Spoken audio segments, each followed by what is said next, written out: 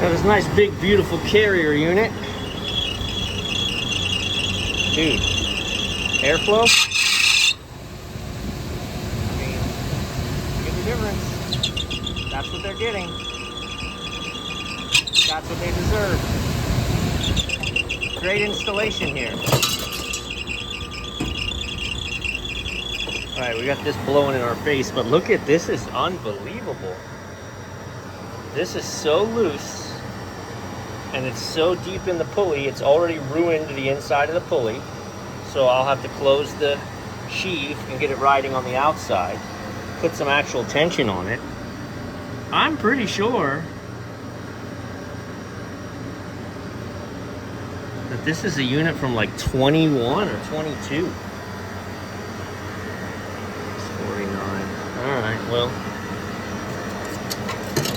little optional installation accessories we didn't use.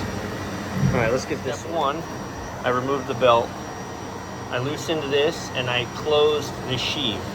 So now when it rides, it's gonna ride out here where it's not damaged in the inside, okay? So then that's gotta hit your flat spot of the pulley, which is there.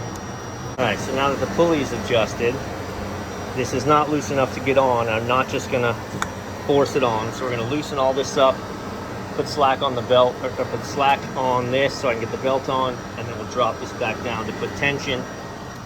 We take a look at the amp draw, which I know this is upside down, but I'm actually using it as my old eyes. It looks like it says 8. Let's see. 8.2, 4.6. And this is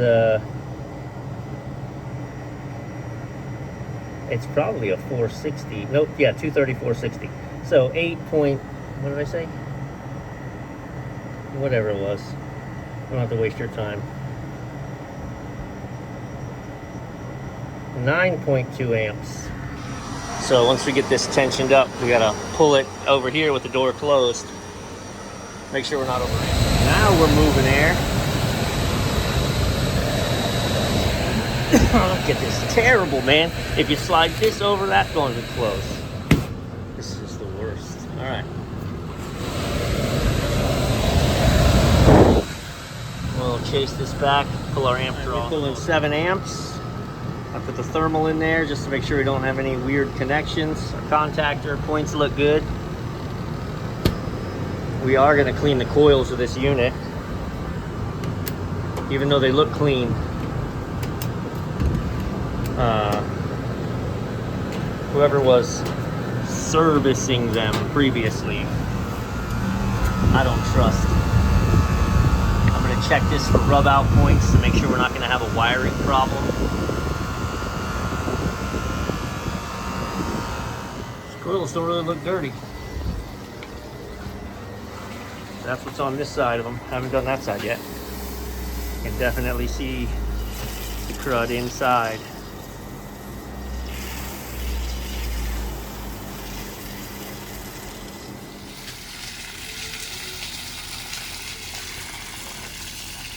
Volume, not pressure. I want volume. So I took the sprayer head off.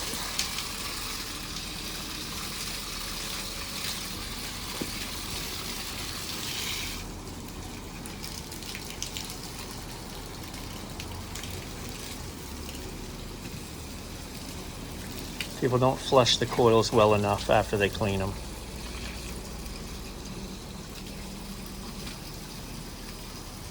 See, I'm running it down through the center of the coil, not the outside.